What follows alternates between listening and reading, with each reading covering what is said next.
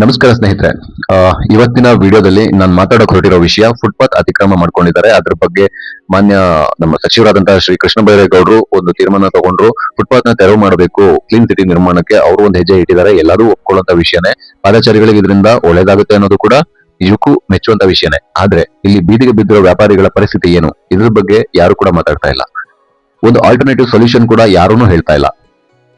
ಅವ್ರಿಗೆ ಕೆಲವು ಏನು ಅಧಿಕಾರಿಗಳಾಗಿರ್ಬೋದು ಅಥವಾ ಕೆಲವು ರಾಜಕೀಯ ಪುಡಾರಿಗಳಾಗಿರ್ಬೋದು ಅಥವಾ ಕೆಲವು ಸೋಷಿಯಲ್ ಮೀಡಿಯಾ ಆಕ್ಟಿವಿಸ್ಟ್ ಆಗಿರ್ಬೋದು ಹೇಳ್ತಾರೆ ಅಂಗಡಿ ಮಾಡ್ಕೊಳ್ಳಿ ಅಂತ.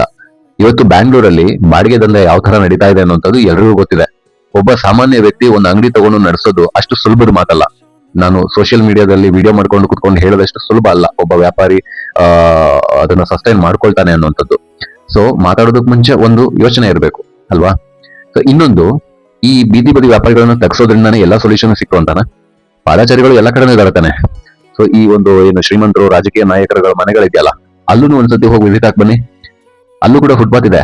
ಆ ಫುಟ್ಪಾತ್ ಮೇಲೆ ಅನಧಿಕೃತವಾಗಿ ಕೈತೋಟಗಳನ್ನ ಬೆಳೆಸ್ಕೊತಾರೆ, ಐ ಮೀನ್ ಲಾನ್ ನ ಬೆಳೆಸ್ತಾರೆ. ಇದಕ್ಕೆ ಯಾವ್ದೇ ಕ್ರಮ ಇಲ್ವಾ? ಅದನ್ನು ಎತ್ತಿಸಿ ಪಾದಾಚಾರಿಗಳಿಗೆ, ಅದನ್ನೂ ಒಳ್ಳೇದಾಗುತ್ತೆ. ಮೆಜೆಸ್ಟಿಕ್, ಕೇರ್ ಮಾರ್ಕೆಟ್ ಈ ಕಡೆ ಎಲ್ಲ ಒಂದ್ಸತಿ ಹೋಗ್ಬಿಟ್ಟು ಬನ್ನಿ. ಅಲ್ಲಿ ಯಾವ ರೀತಿ ಪಾದಾಚಾರಿಗಳಿಗೆ ತೊಂದರೆ ಆಗ್ತಾ ಇದೆ ಅಂತಾನು ನೋಡಿ. ನೀವು ಮಾಡಿರುವಂತ ಯೋಜನೆ ತಪ್ಪಲ್ಲ, ಆದ್ರೆ ಅದು ಒಂದಷ್ಟು ಪ್ರದೇಶಕ್ಕೆ ಸೀಮಿತ ಆಗ್ಬಾರ್ದು. ಎಲ್ಲಾ ಕಡೆನೂ ಅದು ಅಪ್ಲಿಕೇಬಲ್ ಆಗ್ಬೇಕು. ಅದು ನನ್ನ ಉದ್ದೇಶ. ಇನ್ನು ಪಾದಚಾರಿಗಳಿಗೆ ನಾವು ಒಳ್ಳೇದ್ ಮಾಡ್ತಾ ಇದೀವಿ, ಅವ್ರು ಓಡಾಡೋದಕ್ಕೆ ತೊಂದರೆ ಆಗಬಾರ್ದು ಅಂತ ಹೇಳ್ತಾ ಇದೀರಲ್ಲ, ಅವ್ರಿಗೆ ಇನ್ನು ಯಾವ್ಯಾವ ರೀತಿ ತೊಂದರೆ ಆಗ್ತಾ ಇದೆ ಅಂತ ಗೊತ್ತಿದೆಯಾ ನಿಮ್ಗೆ? ಸಿಗ್ನಲ್ ನ ಜಂಪ್ ಮಾಡೋದಕ್ಕೋಸ್ಕರ ಕೆಲವರು ಫುಟ್ಪಾತ್ ಮೇಲೆ ಬೈಕ್ ಓಡಿಸ್ಕೊಂಡು ಹೋಗ್ತಾರೆ. ಅವ್ರ ಬಗ್ಗೆ ಕೆಲವು ಪೊಲೀಸ್ನವರು ಅಲ್ಲಲ್ಲಿ ಹಿಡಿತಾರೆ, ಫೈನ್ ಹಾಕ್ತಾರೆ ಅನ್ನೋದನ್ನ ಬಿಟ್ರೆ ತುಂಬಾ ಕಡೆ ಇದೇ ನಡೀತಾ ಇದೆ. ಹಾಗಂತ ಇನ್ನೂ ಒಂದು ಸಿನರಿ ನಿಮ್ಗೆ ಹೇಳ್ತೀನಿ. ಎಲ್ಲಾ ಕಡೆನೂ ಫುಟ್ಪಾತ್ ಇದೆ, ಅದ್ರ ಕಡೆ ಒಂದ್ಸತಿ ಸುಮ್ನೆ ಒಂದ್ ರೌಂಡ್ ಹಾಕ್ ಬನ್ನಿ. ಎಷ್ಟು ಕಡೆ ಸ್ಲಾಬ್ ಮುರಿದೋಗಿದೆ, ಎಷ್ಟು ಕಡೆ ಗುಂಡಿ ಬಿದ್ದೋಗಿದೆ. ಅದರಿಂದ ಕೂಡ ಪಾದಚಾರಿಗಳಿಗೆ ತೊಂದರೆ ಆಗ್ತಾ ಇದೆ.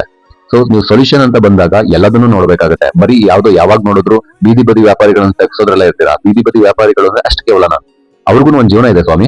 ಅವ್ರನ್ನು ಕೂಡ ನಾವು ಬದುಕೋಕ್ ಬಿಡ್ಬೇಕಲ್ವಾ? ಇನ್ನು ಕೆಲವು ಕಾರ್ಪೊರೇಟ್ ಸಂಸ್ಥೆಗಳನ್ನ ನೋಡಿದೀನಿ. ಕೆಲವು ಸೆಕ್ಯೂರಿಟಿಗಳನ್ನ ಯೂಸ್ ಮಾಡ್ಕೊಂಡು ರಸ್ತೆಗಳನ್ನ ಬ್ಲಾಕ್ ಮಾಡ್ತಾರೆ. ಆಮೇಲೆ ಪೀಕ್ ಅವರ್ಸ್ ಅಲ್ಲಿ ಅವರ ಎಂಪ್ಲಾಯೀಸ್ ಗಳನ್ನ ಟ್ರಾವೆಲ್ ಏನ್ ಮಾಡ್ಬೇಕು ಅದಕ್ಕೋಸ್ಕರ ಈ ಒಂದು ಟೂರ್ಸ್ ಅಂಡ್ ಟ್ರಾವೆಲ್ಸ್ ಗಾಡಿಗಳನ್ನ ರೋಡ್ ನಲ್ಲಿ ಎಲ್ಲಿ ಬೇಕಾದ್ರೆ ನಿಲ್ಲಿಸ್ಕೊಂಡು ಬ್ಲಾಕ್ ಮಾಡ್ತಾ ಇರ್ತಾರೆ. ಇದರಿಂದ ಕೂಡ ತೊಂದರೆ ಆಗುತ್ತಲ್ವಾ? ಅವ್ರಿಗೂ ಇಷ್ಟೇ ಸ್ಟ್ರಾಂಗ್ ಆಗಿ ಹೇಳೋಷ್ಟು ಮೀಟರ್ ನಿಮ್ಗೆ. ಅಂತಿಮವಾಗಿ ಶ್ರೀ ಕೃಷ್ಣ ಬೈರೇಗೌಡ್ರೆ, ಪಾದಚಾರಿಗಳಿಗೆ ನಾವು ಒಳ್ಳೇದನ್ನ ಮಾಡಿದೀವಿ ಅಂತ ಹೇಳ್ತಾ ಇದ್ದೀರಾ. ಪ್ರತಿಯೊಂದು ಯೋಜನೆ ನೀವು ತಂದಾಗಲೂ ಕೂಡ ಅದರಲ್ಲಿ ಪ್ಲಸ್ ಮತ್ತೆ ಮೈನಸ್ ಕೂಡ ಇರುತ್ತೆ. ಇವತ್ತು ನೀವು ಪಾದಚಾರಿಗಳಿಗೆ ಒಳ್ಳೇದ್ ಮಾಡಿರ್ಬೋದು, ಹಾಗೇನೆ ಬೀದಿ ಬದಿ ವ್ಯಾಪಾರಿಗಳ ಜೀವನ ಕೂಡ ಬೀದಿಗೆ ಬಂದಿದೆ. ಅವ್ರಿಗೂ ಕೂಡ ಏನಾದ್ರೂ ಒಂದು ಸೊಲ್ಯೂಷನ್ ಬೇಕಲ್ವಾ? ಟಿವಿಲಿ ಆಗಿರ್ಬೋದು, ಸೋಷಿಯಲ್ ಮೀಡಿಯಾದಲ್ಲಿ ಆಗಿರ್ಬೋದು, ನೀವು ಮಾಡಿರುವಂತ ಕೆಲಸ ಮೆಚ್ಚುವಂತಾದ್ರೂ ಕೂಡ ಅದರಿಂದ ಒಂದು ಜೀವನ ಬೀದಿಗೆ ಬಂದಿದೆ. ಅದಕ್ಕೂ ಯಾವ್ದಾದ್ರು ಒಂದು ಸೊಲ್ಯೂಷನ್ ನ ಕೊಡಿ. ಹಾಗೇನೆ ರಸ್ತೆಗಳ ಗುಣಮಟ್ಟವನ್ನು ಕೂಡ ಸುಧಾರಿಸಿದ್ರೆ ತುಂಬಾ ಒಳ್ಳೇದಾಗುತ್ತೆ ಅಂತ ನಾನು ಈ ವಿಡಿಯೋ ಮುಖಾಂತರ ನಿಮ್ಮನ್ನು ಕೇಳ್ಕೊತೀನಿ. ನೀವು ಮಾಡಿರುವಂತ ಕೆಲಸಕ್ಕೆ ಮೆಚ್ಚುಗೆ ಇದ್ರೂ ಕೂಡ ಒಂದು ಕೆಲಸ ಪರಿಪೂರ್ಣವಾಗಿ ನಡೆದಾಗ ಮಾತ್ರ ಅದಕ್ಕೆ ಬೆಲೆ ಬರುತ್ತೆ. ಅದರಿಂದ ದಯವಿಟ್ಟು ಈ ವಿಡಿಯೋದ ಮೂಲಕ ನಾನು ನಿಮ್ಮ ಹತ್ರ ರಿಕ್ವೆಸ್ಟ್ ಮಾಡ್ಕೊಳ್ತೀನಿ. ಒಂದಷ್ಟು ವ್ಯಾಪಾರಿಗಳ ಜೀವನ ಬೀದಿಲಿದೆ, ಅದನ್ನು ಕೂಡ ನೀವು ಗಮನದಲ್ಲಿಟ್ಟು ಒಂದು ನಿರ್ಣಯನ ತಗೊಳ್ಳಿ ಅಂತ ನಾನು ನಿಮ್ಮನ್ನ ಈ ವಿಡಿಯೋದ ಮೂಲಕ ಕೇಳ್ಕೊತಾ ಇದ್ದೀನಿ.